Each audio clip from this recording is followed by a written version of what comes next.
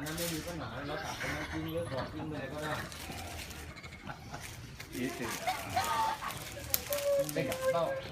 แล้วใส่ว่าท่อนไหนสั้นถอดทิ้งไปเลยไ